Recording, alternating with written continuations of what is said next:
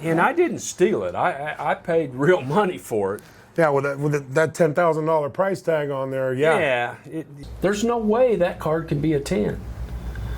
But yet it got a 10. Wow, look at that. 1968 Topps, number 49.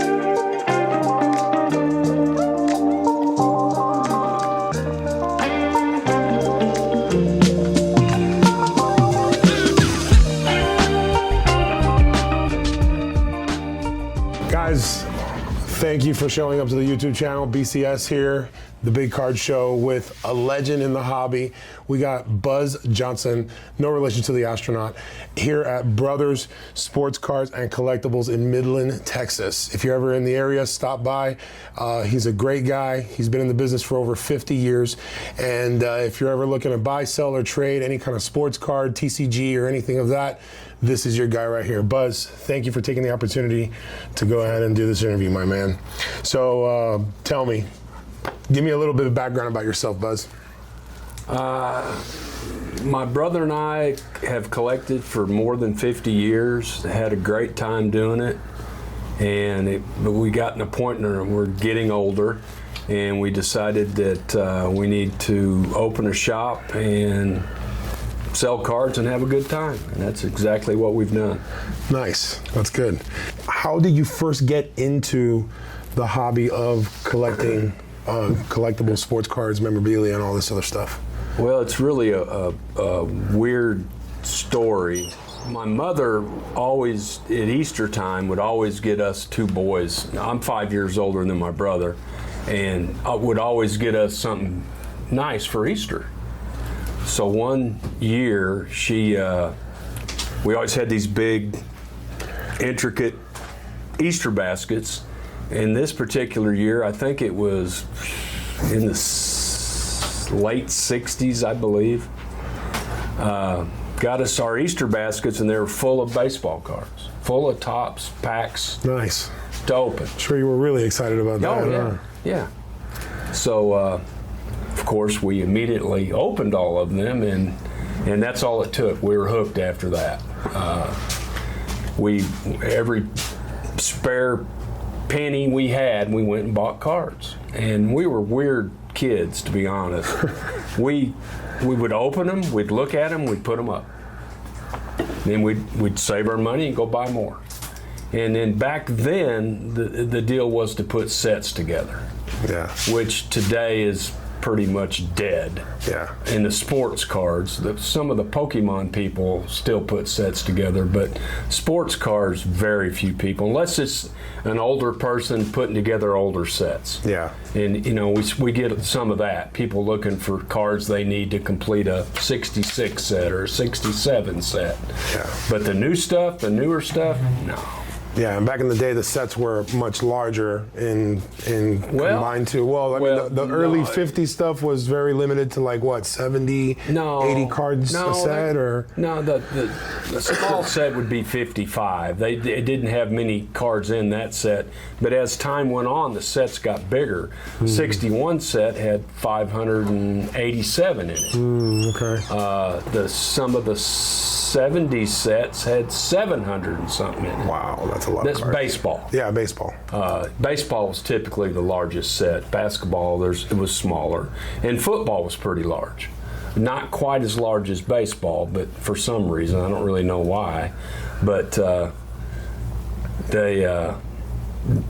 sets today, nobody does it. Yeah. They just don't do it. Yeah, I'm building a set right now, the Zenith A to Z gold numbered to 10, so that's like one set. Yeah, it's a limited part of a set. Yeah, exactly. And the same thing with the state-of-the-art cards. It's only 24 cards that you have to look for. But those same 24 cards come in, gold, the regular base ones, the orange color, know, and they're numbered from 1 to 20, 1 to 50, and 1 to 75. So it's very limited, and it's very hard to find those cards. So you have to buy a lot of retail. That's right.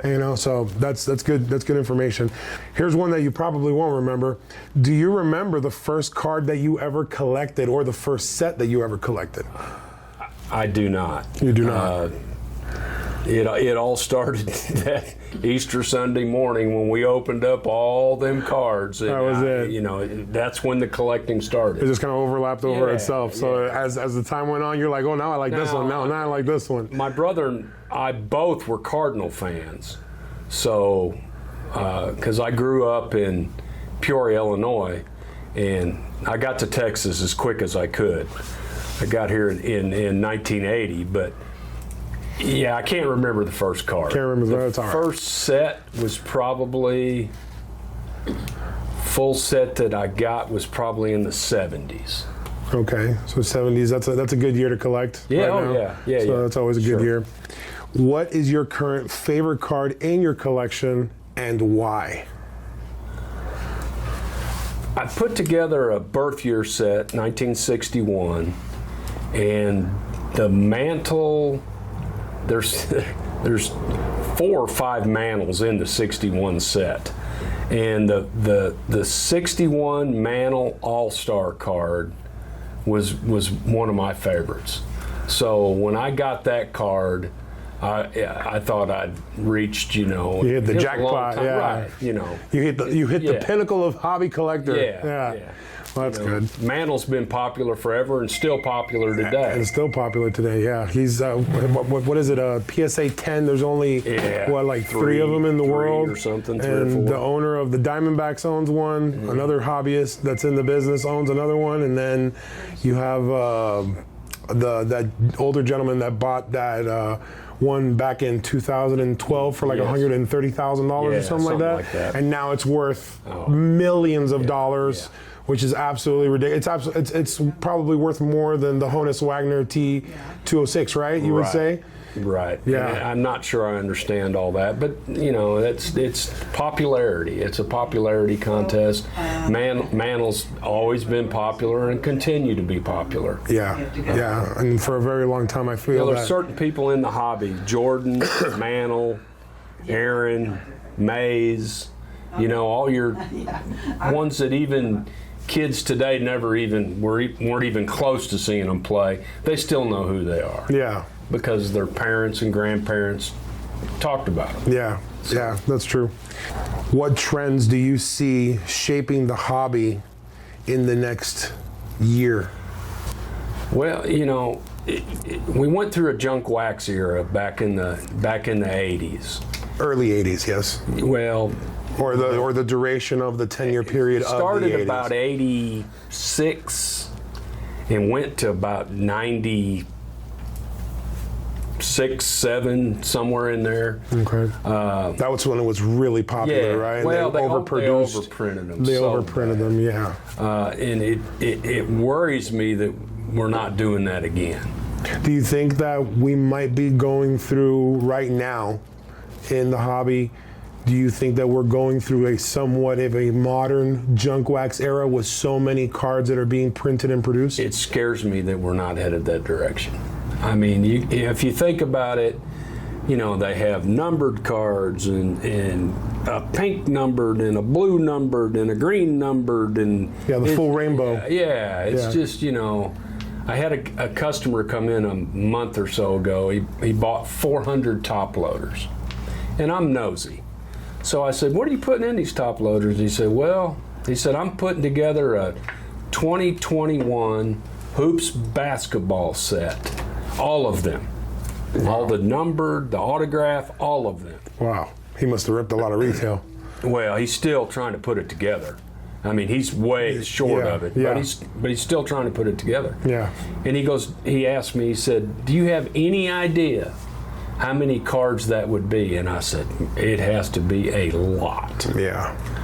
And I said, "Honestly, I do not have that answer. Because nobody does sets anymore. Yeah, of course. Nobody knows. Yeah, of course. They do a base set. If anybody does something, it's a base set. Yeah. It's not like a specific numbered set like that. Put in all the numbered, all the autographs, all the different variations. I said, I really have no idea. Yeah, that's a lot of cards. He goes, well, I can tell you, it's a little less than 9,000. What? It's over 9. It's over 9,000. 9,000 cards. Wow. different cards. That's the reason nobody does sets anymore. Yeah, because that's a lot of product that you got to go through in order to go ahead and even get to that, because you get a lot of repeats and a lot of, you know, you got to, there's a lot of shorter print. There's short. Some of them are short prints. You know. Yeah. You know, it's that's the biggest reason nobody does full sets anymore. Yeah. It's hard to. It's almost, if he would ever get that set put together, he'll have the only one. Yeah.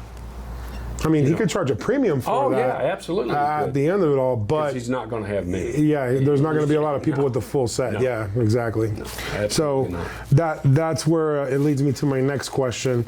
How do you balance collecting for fun versus investing for profits in the hobby? You know, if you're collecting for fun, you pick your team or your player on the team you root for.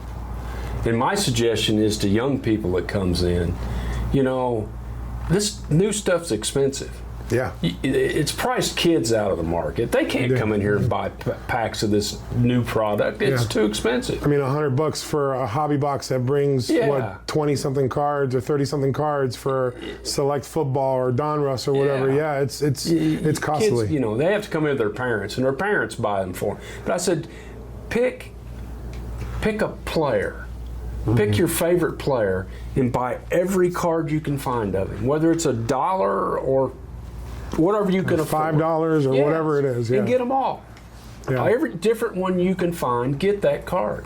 Yeah. And then at the end of the day, you've got a good collection of the player you like. And how about for investment?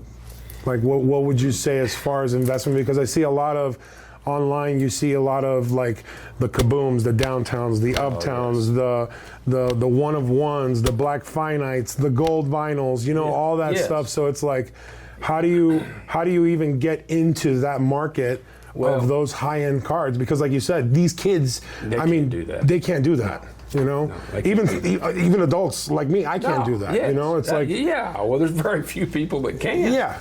You can't get them all. There's too many of them. Yeah. So I think you have to pick a good investment type player. You know, in today's the people that are still playing today, LeBron James, Steph Curry. The ones you know you hear, and that's just basketball. There's football, baseball. Yeah. And you know, in baseball, it's Ohtani and Judge, Cabanero, Witt. You pick your major stars and hope they keep doing well. Yeah. And buy all of them that you can afford. Yeah. You know, and the lower the number, autographs, those are huge pluses because that's what everybody chases. Yeah. When people come in here and buy this new product, they want low numbered, autographed, or something that's extremely rare, hard to get. Yeah. Which the new product seems to have a lot of, you know. Yeah. But it's still it's. But even if it has a lot of it, it's hard to find it. Period. Because you have to rip a lot of retail in order to the get. The better stuff is limited. Yeah. And it should be. Like the Flawless or the National Treasure stuff, you know, like $3,000 for a box with 7 cards in it. Right. That's ridiculous. You much rather buy a car. I mean, the people that can buy that is limited. Yeah. I mean, the product's limited, and the people that's willing to do that is limited. Now, I do get customers in that say, "Hey, I'm looking for flawless cards." They don't have to be high dollar cards. Yeah. But they like the Flawless brand or the National design. Treasures. Yeah. Or you don't have to buy an Ohtani. You could buy somebody else that's worth less, but 20 years from now, we don't know where that's going. Yeah, of course. And since I think that those cards, the Flawless and like that, those National Treasure brands, they're produced less than the typical retail blaster box, mega box. You know, so that makes sense because, I mean, let's face it, you're absolutely right. 20 years from now, they're going to be worth double, triple, maybe quadruple the amount of money because of the brand, limitation of it. Yes. Because you're not going to find a lot of that out there. There's young players playing in all sports right now that's in their second or third year that hasn't really peaked. Yeah. And sometimes it takes 4 or 5 years before they really start coming on. Yeah. And the people didn't collect those rookies because so and so was better. Yeah. So they just people have the tendency to slough off the people they don't think is going to be superstars. Yeah. Well, then all of a sudden, 5, 6 years later, wait a second, this guy was the one. Right. Yeah. Now he's really become good. Yeah. So, and that helps some on the value because 3 or 4 years went by and nobody was paying any attention to them.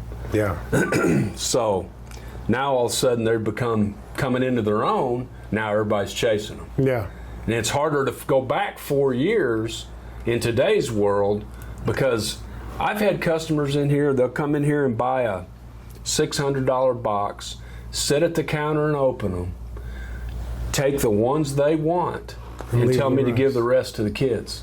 Wow. Well, there's some of those people they cast it off 4 years from then are now worth something. Yeah. And those went to some kids that either chewed on them or threw them away or whatever. Or in your day, put them on the bicycle to make it sound like a Harley, right? That's right. That's right. All right, so we're gonna get a little controversial with it now. We're gonna switch gears here. So now, with the grading, how things are going in the grading world, because obviously I grade, you send cards to get graded. A lot of people that are in the hobby send cards to get graded. What are your thoughts on the current grading scene from PSA, BGS, SGC, TAG, CGC, the whole collective of the grading world? What are your thoughts on that? Well, I can't tell you the grading world today is different than it was 10 years ago or even 5 years ago.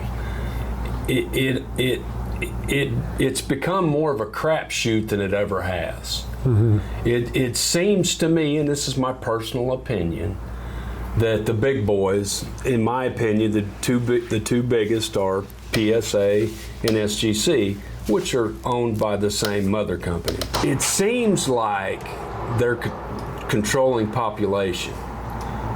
In my opinion, that's not fair.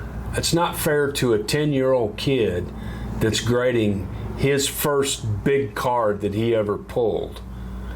And he sends it in, and that's one of those cards that, because I've seen cards come in here that was graded a PSA 10 or an SGC 10 or Beckett or any of them that aren't 10s. You're not a 10. Okay, that's just your opinion. There's no way that card can be a 10. But yet it got a 10. When you have the human factor in grading cards, there's going to be mistakes made. Yeah. For several reasons. This guy had a bad weekend. It's Monday morning. He don't want to be at work. He had a fight with his girlfriend or wife. And then he has my card sitting on his station, and his most unfavored player comes across his desk. That's exactly right. Yeah, yeah. That's the human element. Yeah. Now you've got companies like TAG and what's the one with the green on the top? I can't think of the name of it right offhand. I don't remember right now. But there's 2 or 3 grading AI generate computer grading. Yeah. That me personally, I want them to start climbing. Yeah. To put some pressure on these big boys. We've got to get the human element out of grading. Yeah. We have to go to something that is standardized.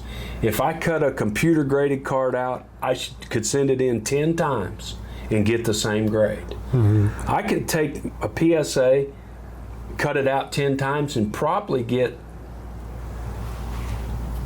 3 or 4 different grades. Yeah. And to me, it all came from the same sheet. That's right. Yeah. It's the same card. Yeah. That's the second time they've looked at it, it gets a different grade. A good example. I sent a 61 Brooks Robinson in to be graded. I had the card for 40 years. The card was beautiful. Couldn't find a flaw on it. Or very, very limited. I sent it in to SGC. Get it back back then, it was several years ago, fairly quick. It had a 5, graded at a 5. And I'm saying, there's no way. I look at a lot of graded cards. That's not a 5. So I cut it out. Sent it back to them 2 months later. And I get it back not as quite as quick that time. But it went from a 5 to an 8. Whoa, what a jump. So it cost me double grading. Yeah. And the card jumped 3 grades. Wow, that's So, crazy. you know, and I've heard stories, customers that come in have the same thing happen to them. Well, there was a story that came out here recently online that a guy sold a Lamar Jackson rookie card, I guess like a silver, and it graded an 8. And then the person that he sold it to, he cracked it open, resubmitted, and it came back a 10. Yeah. And I hate to say this, but it was from PSA. Yeah. Right? And so what's happening is, what I see happening is that, number one, there's thousands, maybe millions of cards being processed through the PSA submission forms, right? And they're going across these people's hands, and they only have a finite amount of time to even look it over. Yes. You know, so it's like it's happening so fast that they're like, okay, this one's good. Okay, this one's good. Okay, pushed. Yeah, to do it faster. Yeah, and that I don't think that the human element of it, of grading cards, has the ability and the speed to be able to look at those cards, removing all biasism from it, Right. because of the player or the bad day or the Right. girlfriend or whatever. You know, we're looking at the condition of the card. Sharp corners, no edge wear, surfaces, centering, color of the card, those types of things, that's right? right. That's how a card is supposed to be looked. That's Forget about the player that's on it. It just shouldn't Forget matter. about, you know, his stats, or if you shouldn't lost a bet on it. It doesn't matter. It shouldn't matter. The card is what matters, That's right? exactly correct. So I agree with you on that. I think that artificial intelligence should go ahead and be integrated into the grading system, because, you know, yes, there are some times that machines make mistakes. Oh, sure. But the mistakes are very few and far between. Right. You know what I'm saying? There's a whole lot less of those mistakes than human mistakes. And that's been proven. Humans make mistakes. And that's been proven. And it's going to keep happening. Yeah. And it's not going to change. Every day, every right. day. You know, I mean, Anybody says they don't lie. let's think of it in terms of like a car, right? A human being goes and builds a car. It takes them, you know, a lot longer of a time, like a Rolls Royce, right? They put it all together, right? And I mean, but you're going to be paying a premium for having that car hand built. That's right. Right? Correct. But a machine can literally pump out millions of cars, Right. and maybe 5,000 cars come back if the quality control isn't in order. So it's like the balance of error and perfection has to be aligned in the same thing in the We card have to grading get world. some type of standardization across the board. Yeah. You know, you got to take the human element out of it. Out of it. You just do. Yeah. That's the only way it can be fair for everybody. Yeah, I would agree to that, because I mean, like, even the Victor Wembanyama card that I sold, right? I found a print line on it that I didn't even see, Yeah. right? Yep. So it's like, okay, I get it now, why that card can't sell for more because of that print line on And it, it right? was a flaw that was no fault of yours. None.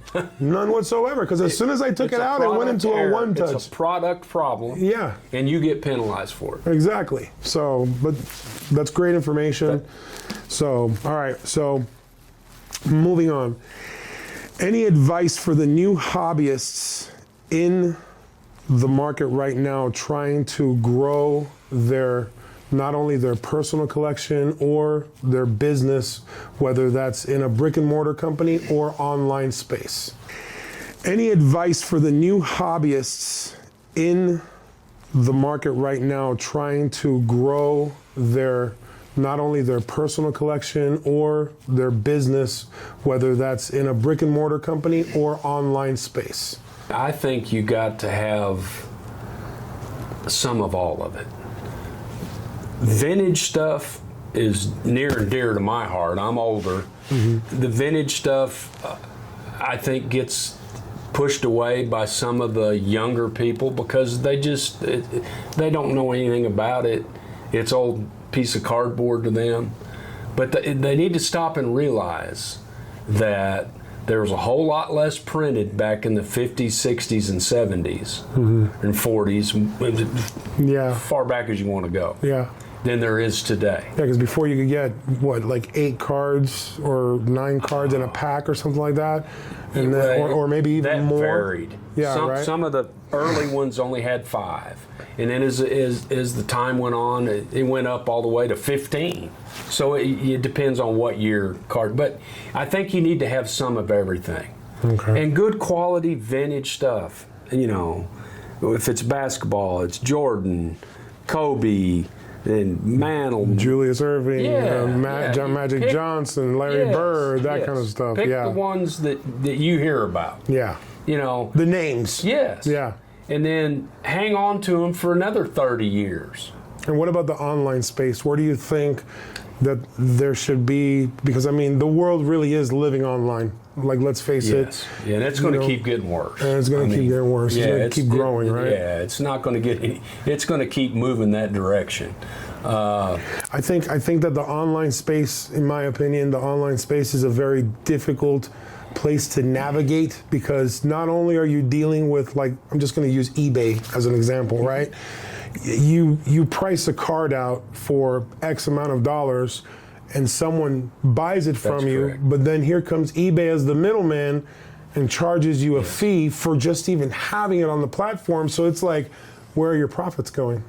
Like, how are you making money? So you have to put it up over the comparable prices in order to even make $1 back. That's right. You know? Because the fees are high. You sell enough, you're going to get a 1099, so you're going to lose a whole lot of that money. Yeah. The problem, I think, is with online stuff is, especially with, you know, the breakers have exploded in the last couple of years. Yeah. When you're, even if in a single show online, whether it be Whatnot or TikTok or YouTube, whatever. Instagram, whatever, yeah. If you don't have that card in your hands and really looking at it, you really don't know what you're buying. Yeah, of course. You don't know until the mail runs. Yeah. And you get that card and you say, wow, I didn't see that. You know, so of course I have a card shop, so I'm partial. I'll hand it to you. You can look at it. You know, if you see something that I didn't see, great. Yeah. You know, I'm willing to admit, I'm sorry I didn't see that. The card's less than it was. If you buy it online, it's yours. Yeah. You're not going to be able to send it back, chances are.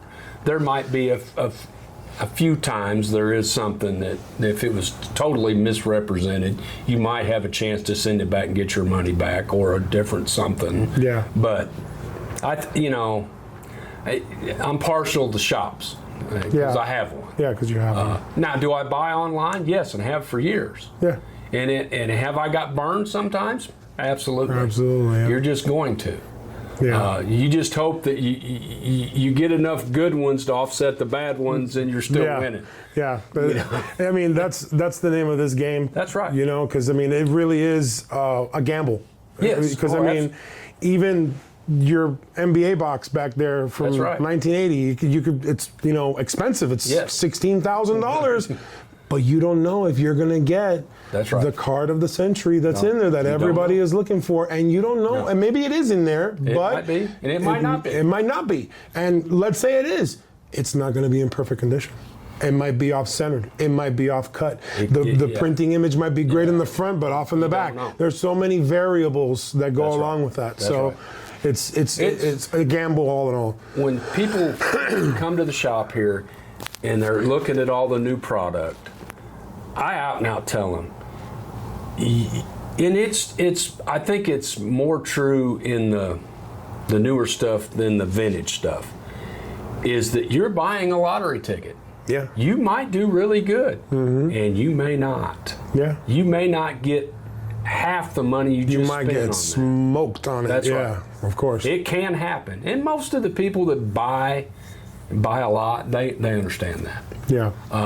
I do get a lot of people that's trying to get into the hobby, and I stress to them, don't buy this thinking that you're going to get a $400 card. Yeah. Because you may not. You may not, exactly. Yeah, don't think that just because you saw somebody hit it last night on whatnot or whatever, it's not. Yeah, you're going to show up and you're going to be able to open up the first box and wham, there it can is. happen. Oh, yeah, of course. But it may not. The odds are not in your favor. Yeah, of course. It's a lottery ticket. Yeah, you know how the course. lottery works. Yeah. You usually lose. Yeah, you usually lose, exactly. What's one card show moment or a deal that you'll never forget?